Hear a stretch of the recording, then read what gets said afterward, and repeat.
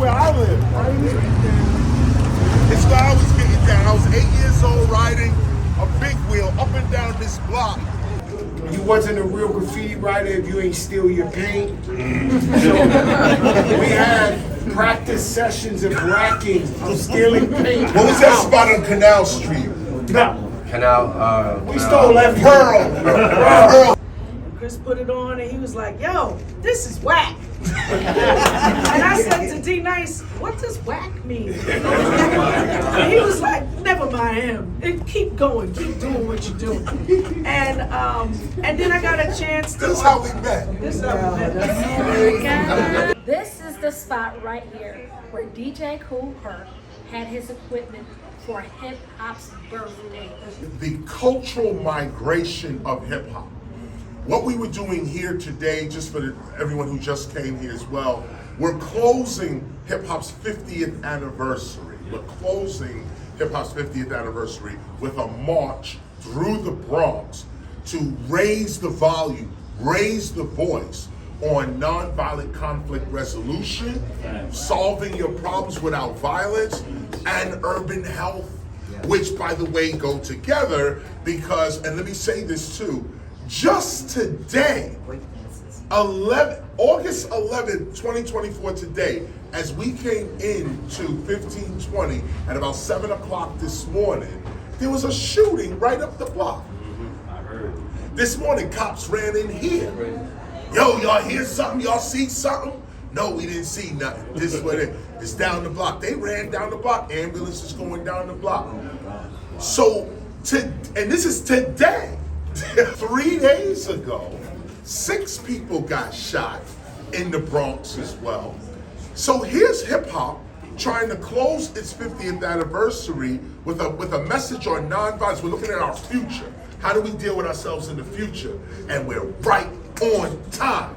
As a matter of fact, we're right on the block that the shooting is going down. Hip hop is me. Not only are we still here, we're addressing the issue. We're here at the 1520 Sedgwick Avenue in the Bronx. This is the official birthplace of hip hop. This is where we at. Herc started in that room over there. This is the spot right here where DJ Kool Herc had his equipment for hip hop's birthday. We actually know the actual date, August 11th, and today is August 11th. I'm here for the 51st anniversary. What he had was 2 turntables, and with those turntables, he kept on looping the breaks of songs, mostly disco. Because you got to think about it, 1973, you couldn't really sample, so he just kept on looping these breaks without any voices, and then people started dancing to them. So it's non-stop dancing, non-stop party. So this is how you got the break dancing, this is how you got the pop locking. It all started right here where I'm standing. This corner, this is Herc's corner. I'm here, y'all. DJ Kool Herc, creator of hip hop, and Cindy, his sister, they started hip hop right here in this space, in that community room. And Coke LaRock, first MC. And I don't even have to say Herc because I'm right here with Coke LaRock, the original MC, right here. And I'm honored because all LaRocks in hip hop start from here, including Scott LaRock. So this is well, let me say the cultural migration. This is a ritualization of our history. To preserve any culture, you have to ritualize your history. It's not enough to just say it. You gotta every year say it, every month say it, put a holiday on it and say it. This kind of thing. So every year, we're gathering here at 1520 to recognize hip hop's birthday, to thank hip hop as an entity unto itself. For this culture, everything. Now look what we're doing. So we start here at 1520, we walk out of 1520, we're gonna pass 1600 Park. That was another park the dudes was in, playing, jamming, doing their thing. From 1600, we go down the block to Cedar Park. Another spot, dudes is in there getting it in. And each time we going down the block, like Coke LaRock said, he's picking up more people. Before y'all leave, make sure you take a look at the community room where hip hop started. You know, ain't nothing but 30 people in there. Ain't nothing but 50 people in there. And they charging 50 cents for dudes and 25 cents for girls, or just maybe $50. Well, no, the ticket price is $50. We went from 50 cents to $50. Look at the migration, the cultural migration. Leaving the birthplace, passing 1600, meeting at Cedar, meeting a bigger crowd at Cedar, and then walking across the Bronx to Crotona, ending hip hop's 50th anniversary right there at Crotona Park. That's a cultural migration. That's the ritualizing of our history, where later on, as hopefully you guys are getting footage of this, you're taking it into March, you're doing your thing, tell your children about it. Tell the kids about it. That's what we're doing here today. I was to put a date on the scratch. It will probably be the month of maybe June or July. The school lets out. That's around the time. 1975. 12 years old. Gang infested neighborhood. You know, you couldn't really venture out too much. You know, it's like if you go, yo, where y'all going? Oh, we going down to the 9 to see Cool Herc. Oh, okay. Did y'all call Herc and tell him y'all coming? You know, oh, yo, we going to Bronx River today. Oh, you're going to Bronx River. Did you call Bambada, let them know you coming? You couldn't really venture out to different places, man. You know, single parent homes. You know, drug infested neighborhoods. It seemed like she kicked the door in. She came in the room and said, turn the music down or turn the music off. I was, one record was going off, and it was time for me to play the other record. Did a baby scratch, pulled the music down. Mom's left the room, finished my cassette tape, started listening to it. And when it got to the part where I was scratching, I was like, wow, I can incorporate this into all the things that I do as a DJ. Because I'm the kind of person where I sit and watch all DJs and analyze everything and make sure I don't make the same mistake that other DJs make. You know, when you're DJing, don't look down at the turntables, look up at the crowd. Don't play what you like, play what they like. You know, you are here to provide a service for the people. People say the Bronx is burning. Only part of the Bronx was burning. If you go up to the North Bronx was not burning. And I think some parts of the South Bronx it was the east. Part of the East Bronx was burning because the politicians wouldn't put no money into the community. Now here we are today, 2024. We got parks and stuff like that, and you know they're you know you go to Yankee Stadium and you see all this beautiful. You know, you go to Mill Pond Road, Crotona. You know, now they're putting stuff around. So, you know, I mean, hip hop. Come on, we putting people into office. Right. You know, so hip hop is very strong around the world. I remember going to China and doing a show, and hardly no one out there speaks English. But when I play a KRS ONE or play Rakim, they be citing the whole record. You know, South Bronx, and I'm like, wow. We in hip hop, we know legs from breaking and this kind of thing.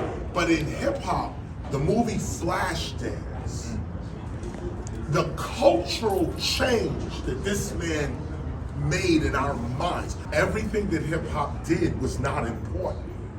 I know that sounds harsh, but it's the truth. We did a lot of stuff. But when you're trying to preserve culture and tell a story about the history of a culture, there's certain things, there are certain markers that change the culture that everybody unanimously says, yo, when that happened, we all started thinking like this. When this happened, we all changed from this to this. Having said that, coming over to Legs now. We know Legs from the movie Flashdance, and I want you to just start there, but give us a little history. The movie Flashdance, because when Legs did that movie, we knew, see, the whole world thought it was just some, I don't know, they thought it was a dancer. They thought it was the woman who was dancing. Oh, you mean when I doubled for her? When you doubled for her, right? It's still the first stunt. Oh, come on, you're not even starting me right now. But, you know what, let me just let you let you explain that, because Flashdance was a turning point in hip hop's history, not for the movie, but because we saw legs. We knew it was legs. We didn't see this woman. We knew it was legs doing that, and it went through the hood like crazy when you did that move. Talk to us about that. Sometime around December of '82 in LA to do what was considered the first curated hip hop show in California. Actually, we were performing in skate country in Anaheim. It was the first time all elements of hip hop were put together for a show. So you had Bambaataa, Grandmaster DST, Rocksteady Crew, Futura, Eastside, and maybe some of the Infinity Rappers. This is in Cali. This is in Cali. Now wait a minute, stop here. The first time all the elements of hip hop is on tour is in California. Okay, let's just keep going. Yeah. Actually, no. The first tour was, we had just gotten off the first tour, which was in UK and France, which was the New York City rap tour. So then our follow-up after we came back, it was a one-off. It wasn't even a tour, it was just a one-off. Okay. We just happened to be there, and the people who were, the producers found out we were there, and they were like, hey, can Legs come down and teach two of the stunt doubles, the French girl and the gymnast, how to do a backspin. And they wanted me to do that 24 hours before they had to film. I'm like, y'all bugging, like. Right, teach them how to do it. Right, bugging. Yeah, it's not gonna happen like that. I went for it. Next day they came in, big bruises on their sides, and they couldn't do it. And the director, Adrian Lyne, became a legendary director. You know, they started asking me, hey, would you put on like all this garb to do this? And I was just like, me and my obnoxious self, I was just like, yo, my man, you know, I don't know who this dude is. I'm just throwing my fingers up. Let's go. Yeah, and then started like pushing the goalposts and say, okay, you got to do this, and this. And I was like, just this, This, yo. this, and That's this. all I want to know. Right. And you know, coming from the hood, and we like hungry and shit, we want some food. Right. We want to get that money. And they basically just said, you know, I would say the hardest part about that was me shaving my mustache, because I was like 16 years old, and they wanted Puerto Rican from the Bronx to shave their peach fuzz. I'm like, oh man, that was the hardest part. You know, whatever. You know, they wanted me to be a stunt double. I did it. I was uncomfortable with the clothing. That's not my thing. What kind of clothing they had? It was a leotard, capezios, tights, a wig, and some flattening of areas that had to happen. You know, that I wasn't comfortable with. But yeah, so they just wanted that to happen. And I ended up, like you just said, I just realized myself that I'm the first stunt double in hip hop. Wow. Right. Pointing that out. But you know, a lot of people went to that film to see the first part of it. Right. And walk out of the theater, especially in the Bronx. A lot of people were sneaking into the Valentine Theater, RKO Fordham. Yeah. I've had people who are Algerian, Moroccan, Turkish, in France come up and tell us, hey, when we saw you guys dancing, and shout out to Frosty Freeze, Ken Swift, Mr. Freeze, and Norbsky, who are also in the film, they thought that we were African. They thought we were like straight Turkish, Algerian, or whatever. So, and they have a very similar Latino look. And they thought that they were looking at people who were from their background as well. And that's why people in France got into breaking. Because they saw that. They saw our faces and saw themselves. Right. Without knowing, oh, you know, Frosty Freeze is from Belize. Legs is from there's a Puerto Rican, those is black and Cuban.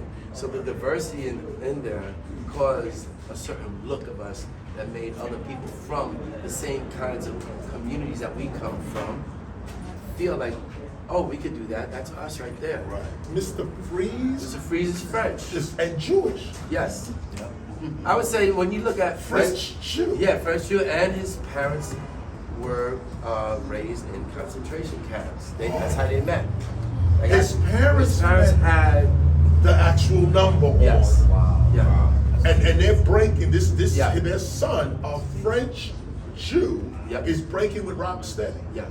Here's the thing, Mr. Freeze is one of those dudes who wasn't black or Puerto Rican, but was dope enough for all of that to be ignored or not even acknowledged. Right. It's because he was dope. Right. And that's how he got his respect, like anyone else here. Right. You know, it doesn't matter what you were. If you were trash, you were trash. Right. He was dope. He was dope. And that's what stood out. And this is the divide. See, that right there defines hip hop's culture. Right there, above race, ethnicity, class, occupation, gender, all that.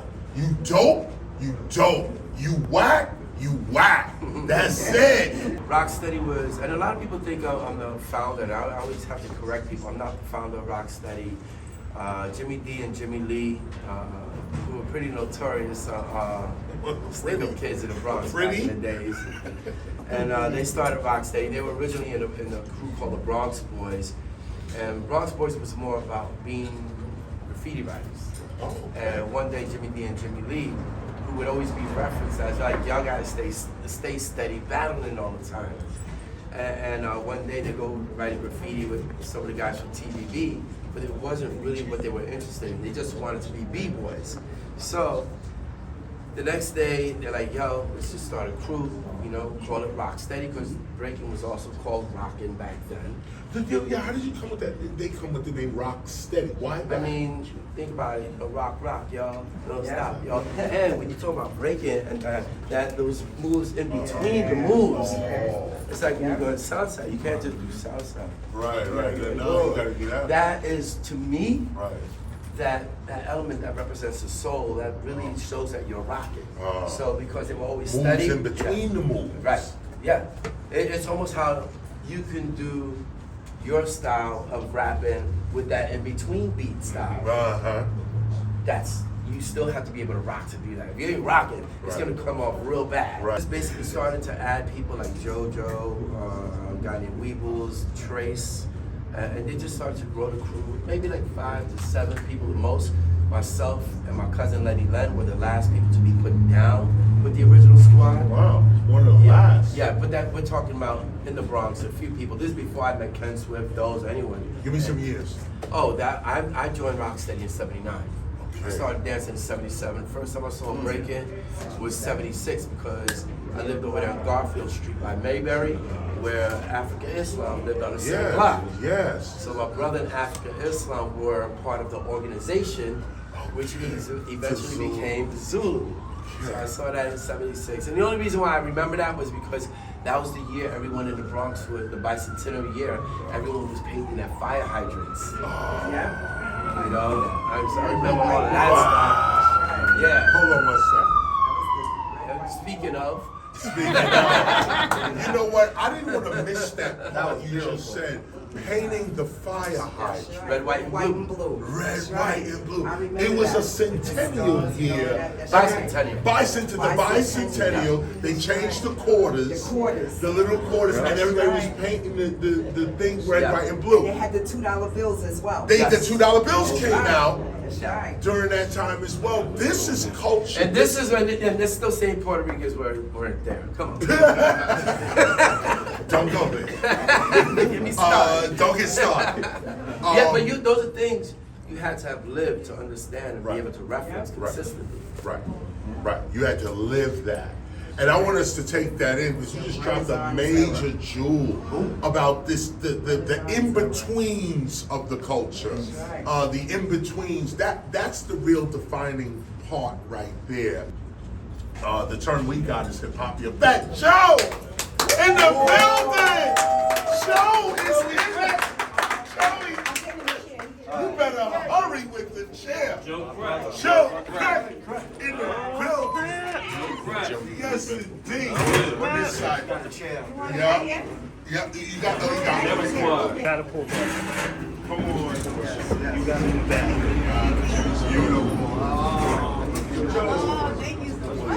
Right there. Take your seat. Crew. You already know. Oh, right. Okay.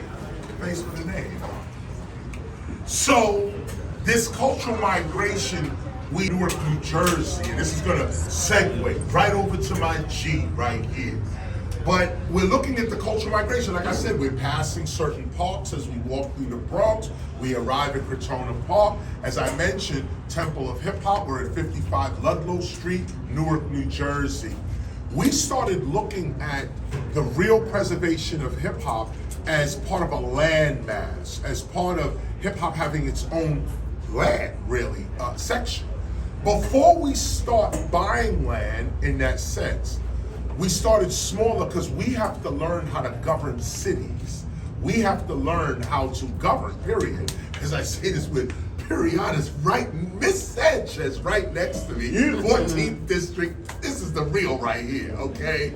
But this is governance and the ability to move communities, help communities, develop even communities. This is what hip hop needs. When we say culture, what are we talking about? Is it just words, or is it a real body of people that we're trying to lift up and move forward? So, the idea was, just like you have Chinatown, or Little Italy, or Little Armenia, in Brooklyn they got a Little Caribbean in Flatbush.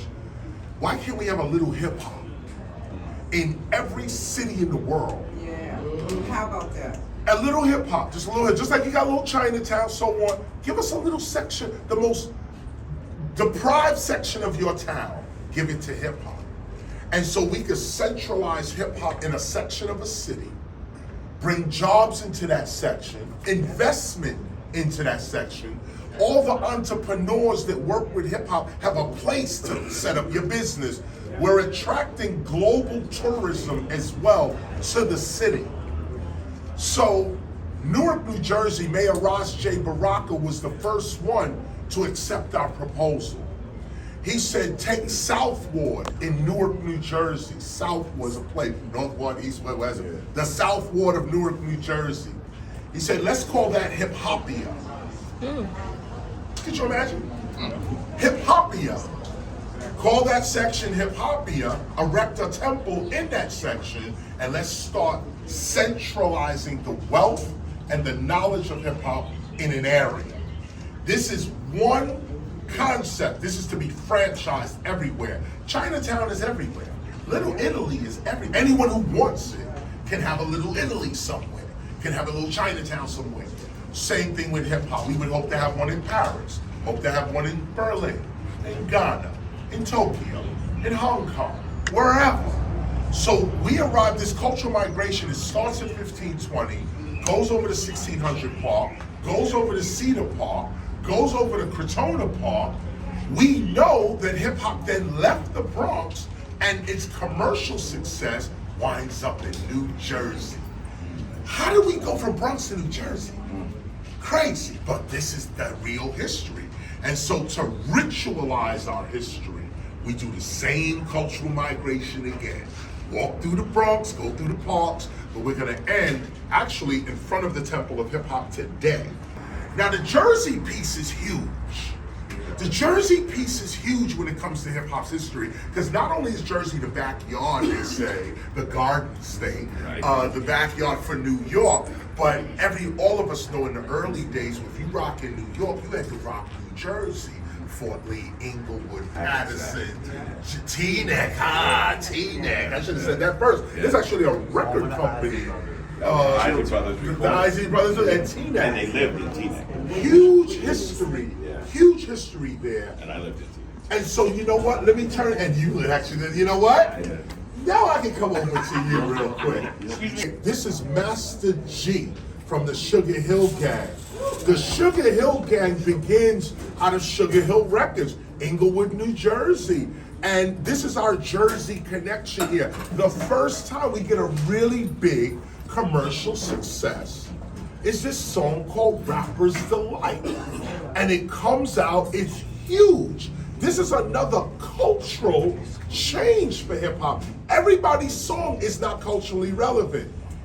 We're pointing out specific moments in hip hop where the culture changed. This was one of those moments. You are responsible probably for the most important rap song ever made. Okay, ever made. You even said an affirmation in the song. You said, I'm going down in history as the baddest brother there ever could be. This is, and he said it on the record that became the history. Walk us through the creation of Rappers. So the first thing is, my father's parents lived in Mount Vernon. Okay.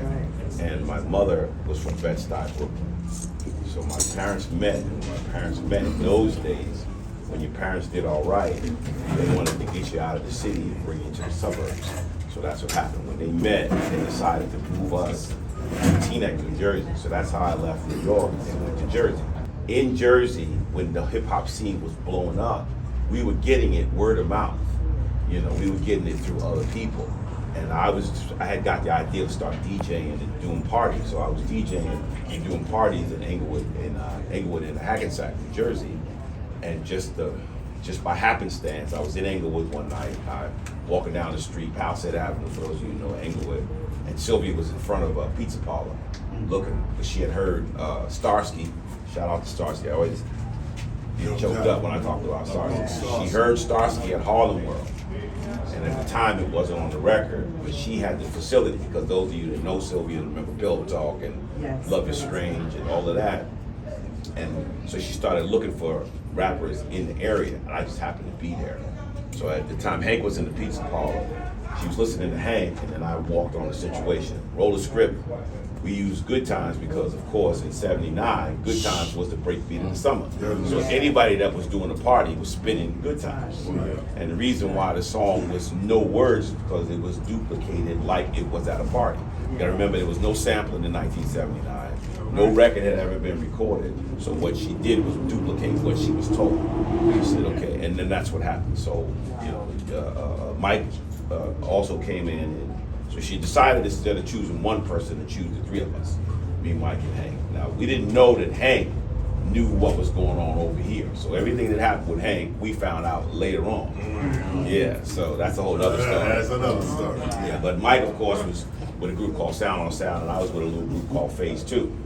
So we put everything together. The reason why I said my name was known all over the world by all the Foxy Ladies and the Pretty Girls and going down history as the baddest little rapper that could ever be is because back in those days, you talked about what you wanted to be or who you wanted to be. You know, we were using hip hop, we were using raps to give relief. You know, everybody was going through whatever they were going through. If you notice, like in the beginning, we all talked about party. It was all about a party. So that was the basis of what we wanted to create on the record. We wanted to put a party on a record. The reason why Mike said what you hear is not a test is because back in those days, it was a show on television called The Outer Limits. And they said, don't attempt to adjust your television. This is not a test. Y'all better get this. Are you under the scholars in the room? I hope. Okay. So that's where he got that. That's where he came up with the idea to say what you hear is not a test. Right. And then he said, well, you know, what are you doing? So again, in those days, there was no videos. There was nothing for you to see. So we had to describe to everybody what was going on. Well, what are you doing? I'm rapping to the beat. Well, me, the groove, and my friends are going to try to move your feet. My name is Wonder Mike. I like to say hello. Say hello to who? To the black, the white, the red, the purple, and yellow. But first, we got to bang bang boogie. So far, you heard my voice, but I brought a few friends along because he was talking about me and Hank. Wow. And then that's how it went on. And then as an MC, you know that once you finish rapping, you pass the mic. Right. So the deal was that because Mike was going to say what he said that, pass it to Hank. Hank said, well, Master G, my mellow comes from, he passed the mic to me. Master G, my mellow, is on you, so what you want to do? Now again, I got to describe myself to everybody. So I said the best way to describe myself was to spell my name. So I'm the M-A-S-T-E-R, the G with a double E. I go by the unforgettable name of the band, they call it Master G. So the whole idea. Well, leave that well. I need that well. Now, let me just put this out there. I thought the record was going to be a big hit in the New York metropolitan area. I thought BLS was going to play it. You know, we got to go back to remember there was before our Rappers Delight came out, hip hop didn't exist on a global level at all. It was a street thing. At all. It was going on in New York. It was over here in the city, and it was over there in Jersey. If you had a tape, somebody might have a tape. That's the Bob Lee. There go Bob Lee. Yeah, we played it. So I thought the record was going to come out. I thought eventually it would make it on BLS, and then it would be New York, New Jersey, and Connecticut. I thought that was the end of it. And of course, you know, it has been like you said, Chris. It has become the cultural definition and the major shift of what this thing is becoming. So in my sense, hey Lyte, how you doing? MC Lyte, everyone.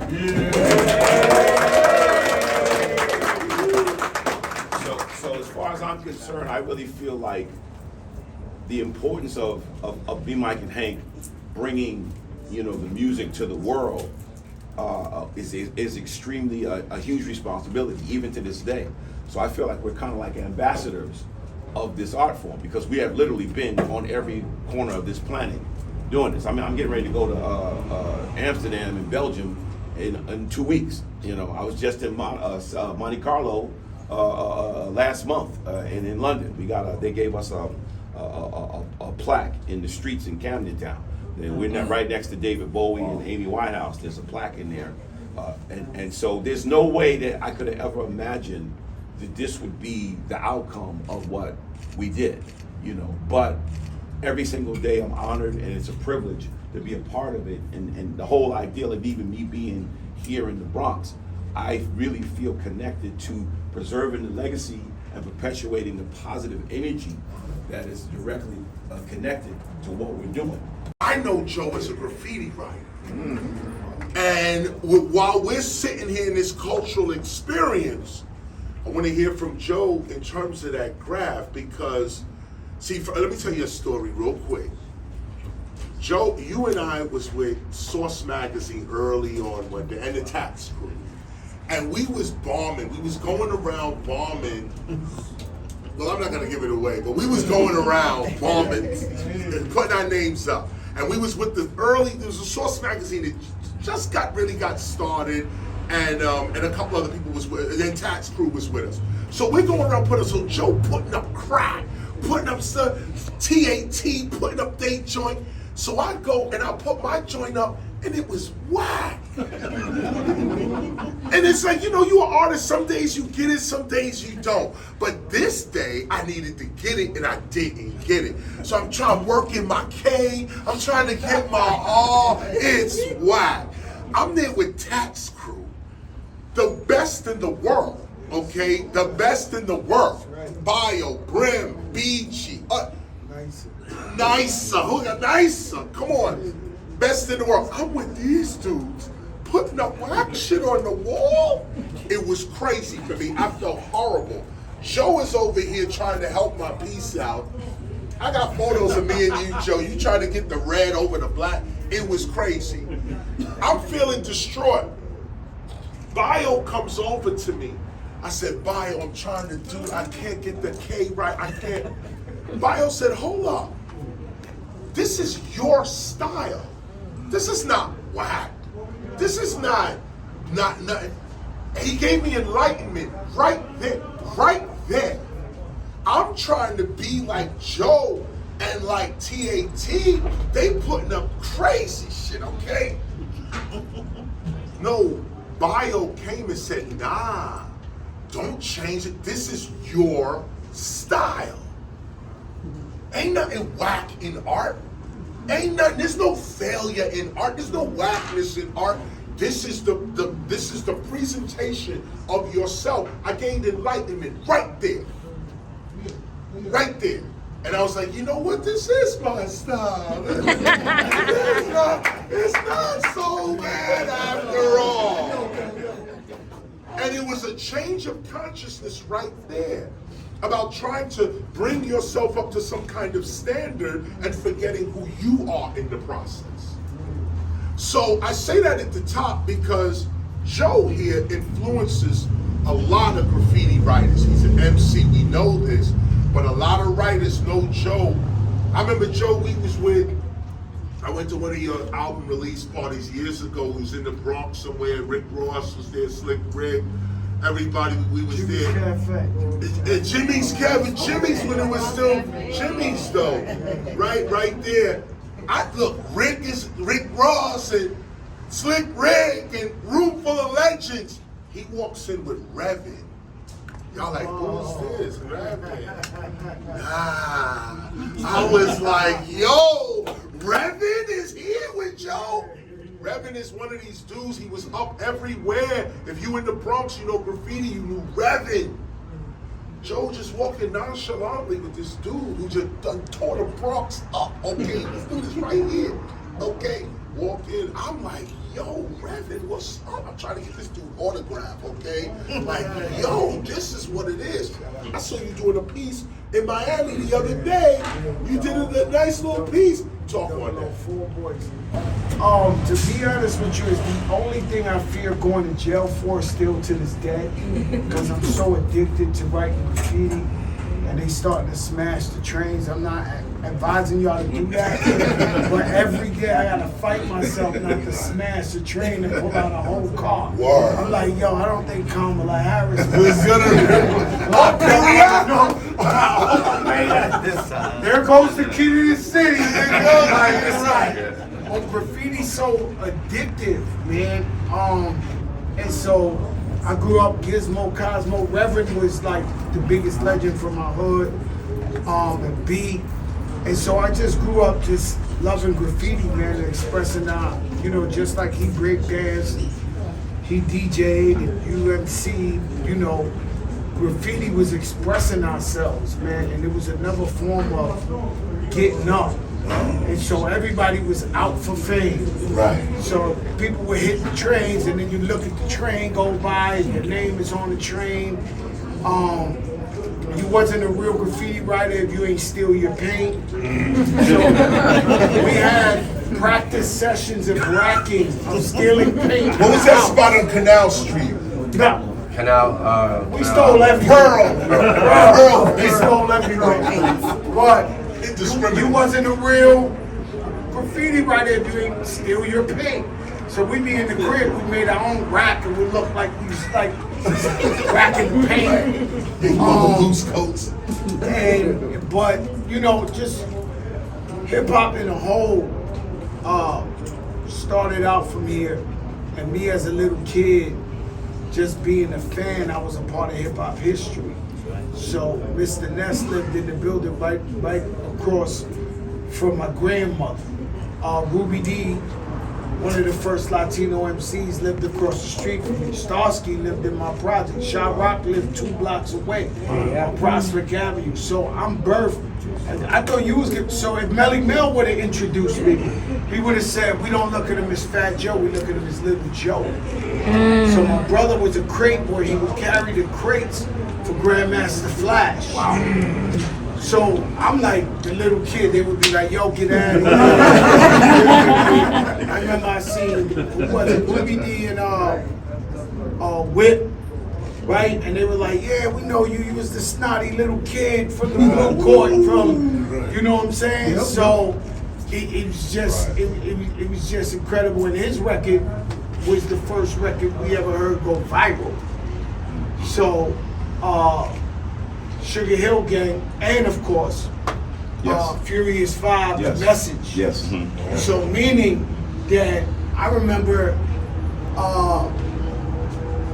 every single floor we went downstairs was like either playing Sugar Hill or The Message. Every floor of the project building, you come outside, the guy walks right by you with the box, the car, like you was just like, yo, what is this? Like this is.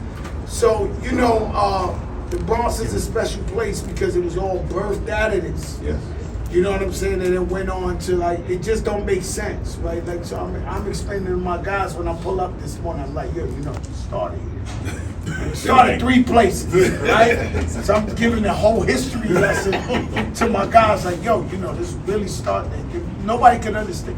See, kids can't understand that. Right. You know, they got so much access to hip hop on their phone and everything, everywhere they go. They don't believe that BLS was the first to play 1 song a week. Yeah. Right? You have Magic, you have Red Alert, and then you had the Overnight. So me, the big guys in my hood, they would listen to Teddy Ted and right? 4 in the morning. Awesome tune. So I'm in my window because they plugged the box into the phone booth. Right. So they broke the thing that said phone and plugged it in for the electricity. They got the box. I'm out the window, 8 years old, 9 years old, like I'm the Godfather. I'm a Godfather. So I got no sleep on the weekends. Right. But but that's hip hop. The name Lyte, it was a dictionary that my mom kept in the restroom. A dictionary of thoughts. And I just opened it up one day. I needed a new name. My name was Red prior to that because I kept my hair red. And I was like, okay, what can be more profound? And so I came upon the word light. And it had many different definitions from many different philosophers. The truth is the light shall lead you. No darkness shall exist as long as there is light, you know. And it was everything positive. And I knew if I wasn't that then, I soon would be. So I took the name and just changed the spelling. And my inspirations was everybody from the Sugar Hill Gang to Sha Rock, from the Funky 4+1 More. When Melly Mel rapped the message, I knew that I wanted to be a storyteller. I heard Lottie Dottie while I was visiting my grandfather in Far Rockaway, in Hamill's Projects. And by the time I came downstairs, I heard Eric B for president. And I knew that I needed to talk to the people, not necessarily rap. And so hence came the sort of monotone as I'm talking to you, not many inflections, but this is what you get when you're getting the truth from Lyte. Right. Trying to understand you, I first recorded in DJ Clark Kent's basement. I worked at Chi-Chi's Mexican restaurant. I had a really good friend that was maybe 4 years older than me. Her name was Jill. She used to go to Latin Quarters. She asked me if I wanted to go. I said absolutely. This is the second Clark Kent. This is the only DJ Clark Kent I The know. one that used to Wait be a at minute. Sea Connection. No, That's Clark Kent with There's an Bull original. Herc and us. He came Right. back. All right. There's a Timmy Clark Kent. Teach me. It was Timmy Kent, Clark Kent, and Imperial Kent. Okay, so DJ Clark Kent. Yes. Right. That's his name is DJ Clark Kent too? I think no, I mentioned him because I think Clark Kent got his name from this Clark Kent. Okay. I had a conversation with him about this. I think he did have his right, but because for the cameras and for history, Yes. just wanted to make that distinction. No, But let's please make it continue clear. real quick. Continue. DJ Clark Kent the second. No, but this is Clark Kent, Clark Kent. Yeah. DJ Clark Kent, she's talking about super producer, one of Word. the greatest DJs in the world. He produced for Biggie, Jay-Z. He's credited with like putting all those guys out and all that. So let's Brooklyn. Sneaker King. Sneaker King. Let's big up Clark Kent. Kent. Yes. Second yes. Clark Kent. Yes, indeed. And look him up.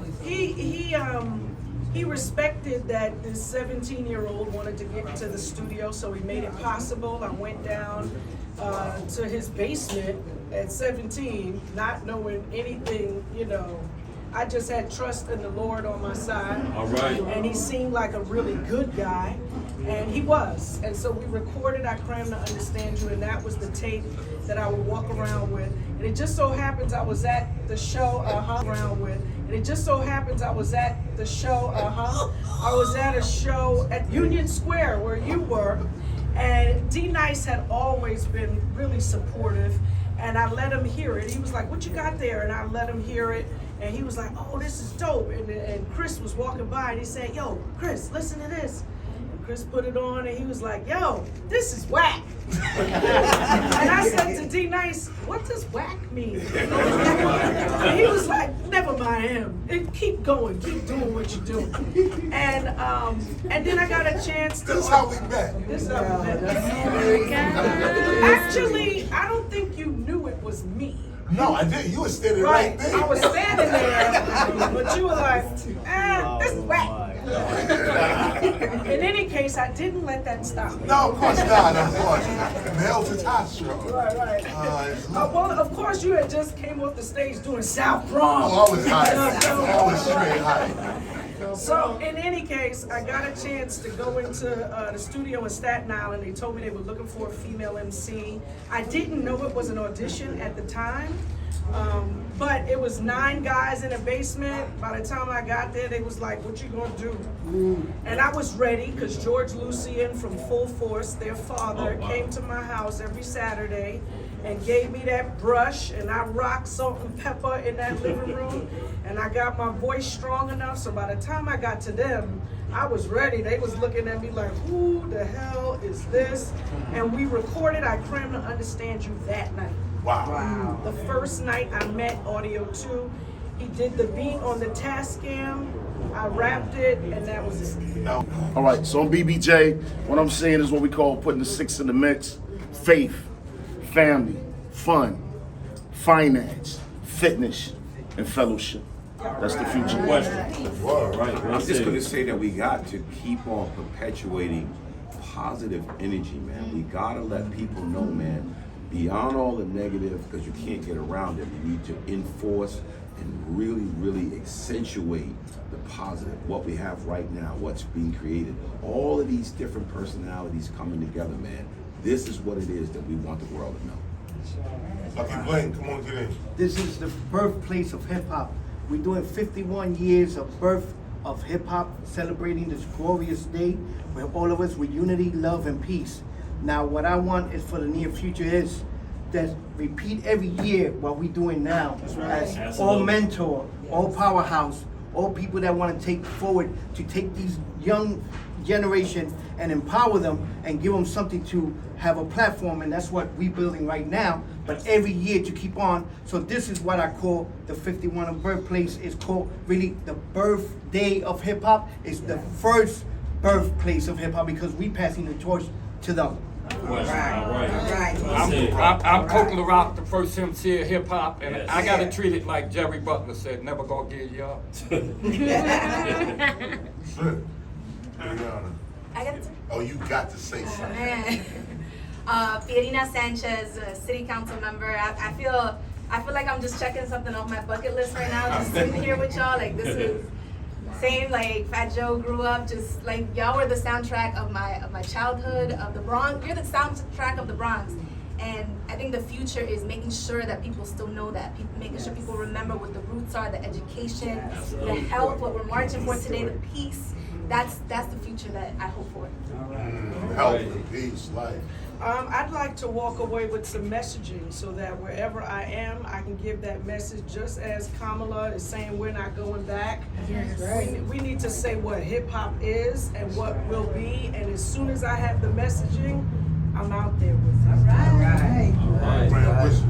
Yeah, as Grand Wizzard Theodore, I go around the world teaching classes at universities, at colleges, teaching people about, you know, what to eat, what not to eat. We lost a lot of people with heart disease, kidney disease, liver disease, and everything like that. I'm 61 years old. You know, I changed my diet, you know, and I thank God every day that I am the way I am. You know, so I just want people to know about the history of hip hop and to eat right. You know, and that's very important, to eat right. If we know then what we know now, a lot of our relatives will still be alive. A lot of our friends will still be alive. So let's just each one just teach one. I would say it would be nice to see a lot of people get together from the perspective of agreeing to disagree when it comes to actual origins, actual dates, and recognize that I think every pioneer gets a pass when being a little bit wrong, because everyone were little kids. No one was making diaries or contemporaneous notes, so there has to be some flexibility. People are gonna say things that are not on point. It's not our fault. Sometimes we were taught by some of the older people wrongly because maybe they weren't teachers in the first place. But maybe that brings about a better unity behind doors before we correct each other in the public. But at the same time, I think that also helps us to take back ownership as a culture, not just the industry. Well said. All you guys are superheroes. All you guys and girls are superheroes. When I was a kid and I was breakdancing and the Bronx looked like bombs blew it up, I would hear Crazy Legs. To me, he was as tall as the Empire State Building. It was like Crazy Legs. There's a guy named Crazy Legs. Crazy Legs, right? And so, what's so important about today is that the world has been distorting the facts lately.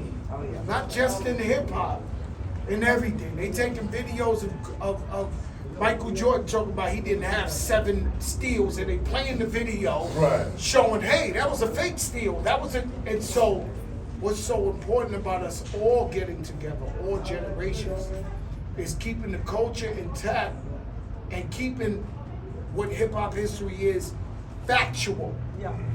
But people trying to change what it is.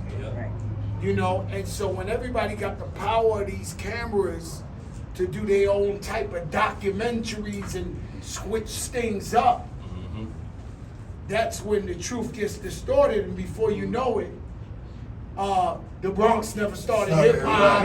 They never, like, I'm hearing phenomenal shit. I cannot believe this. Sitting here with the pioneers, and they telling us you're not the pioneers. Right? And so we got to be very careful with that, because I told you yesterday, I always felt like whenever, this is on tape.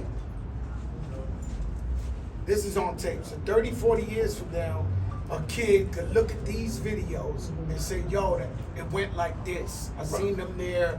The pioneers was there. Fat Joe was talking the shit. But it's very important that we let the information out there, because people will come like they've always come and change history. And when you talk about the internet and Twitter and X, we don't know who's pumping the message or who's gassing somebody that may even look like us to say some other shit that ain't true. Right? So we don't know who the puppet masters is in that. But I know who you are. I know who you are. I know who you are. I know who you are. And so I go by who I know. So when people start talking about facts about hip hop, I'm like, he wasn't there. I would have seen him. I was there. Who are these people? Like, because I know you, even if you was the lady selling the lemon cake outside the joint, I know you. The Frankfurter man, who are you? Right? And so it's very important that we leave self-awareness to the youth.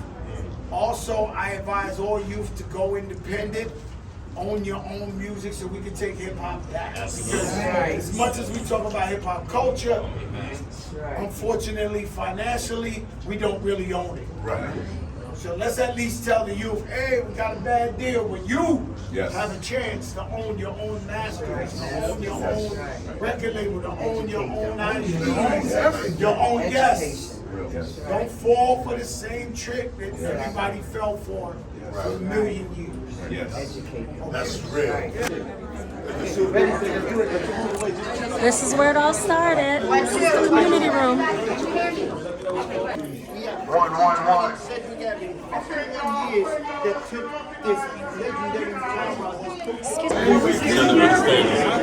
I believe the people of Grandmaster Caz.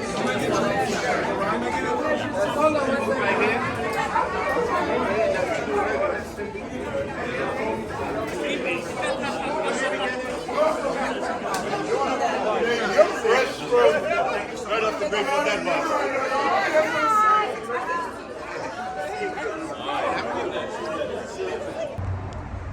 This is my girl. I can't wait to see and meet her one day. Shara, Grandmaster Caz. I met him earlier, and I am so honored. I'm so excited.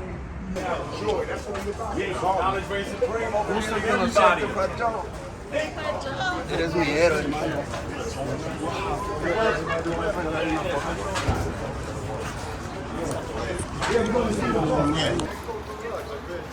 Body grew too big in 1520. The room is so small in there.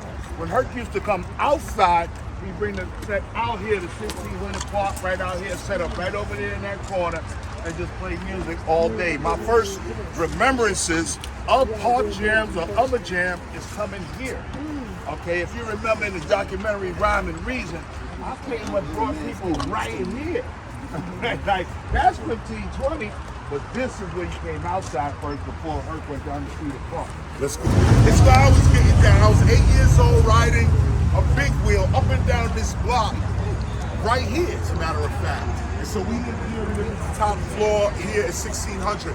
Important to understand the migration, the cultural migration of hip hop as we walk down. Caz just explained 1600.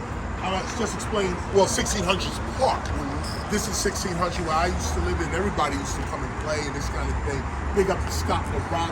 This is the neighborhood right here, River Park Towers. We used to play in this place before it was built. This is what it is. Let's keep walking. I'm not like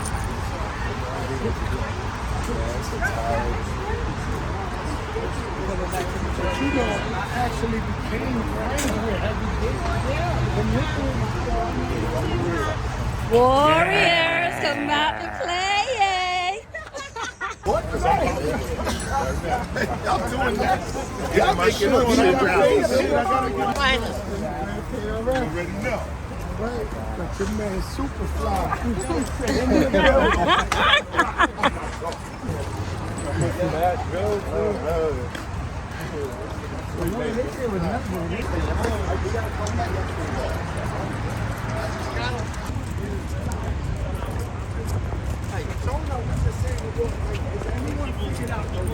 Yes.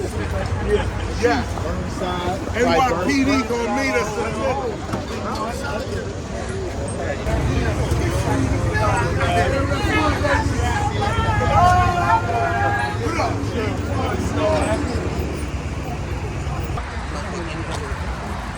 This is what it is.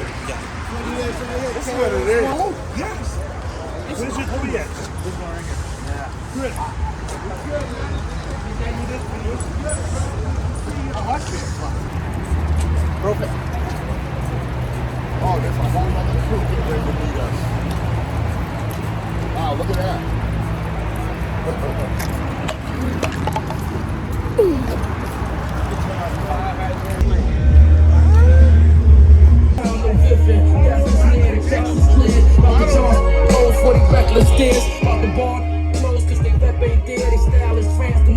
So we just walked from 1520 Sedgwick Avenue up to this meeting point right here. Now what this bus is gonna go out, police escort obviously followed by this bus, followed by us. And the significance of this particular bus is that it's a school bus, and hip hop started as a school jam. Grandmaster Caz is on the ones and twos with Wizzard Theodore. Others are in the building as well. I can't see everybody. I didn't see Doo-Wop. Damn, I'm down here. Doo-Wop, you gotta put some high heels on. Okay, here we go. Now Doo-Wop in the building, and of course Crazy Legs is behind him. We know Legs as a breaker, as a b-boy, but Legs is also a DJ, y'all. Y'all better recognize. Get over here, because the bus is gonna be You gotta be careful with your feet,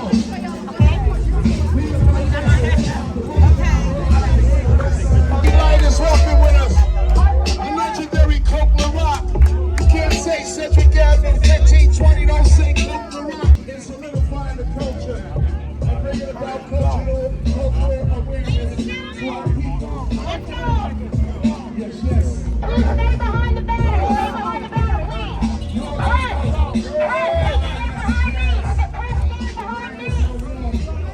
Right, the opportunities for us to embrace our communities and to help our communities. That's right. And I said not through music. I mean through health initiatives, through nonviolent initiatives and things like that. We have the power to do it. We have the notoriety to do it. So it's about bringing our notoriety to the forefront and using it for the betterment of our people. That's what hip hop is for, and that's what we're gonna try to use it for moving forward. 50 plus years, Zulu Nation. That's where these anniversaries come. From under us, November 12th, 1973. They know the history. If they don't, they know now. Because our kids are killing each other. The police are killing us as well. They're killing our children too. We got the high school to jail pipeline. Come on. Mass incarceration. We're dealing with a whole lot of problems today. This world is upside down. But I tell you, it's gonna take love. It's gonna take that peace, that unity to give the solution to all of our problems. And we are here today to work on these problems. We are here today to send a message to everyone that our unity is something that is much needed for our future.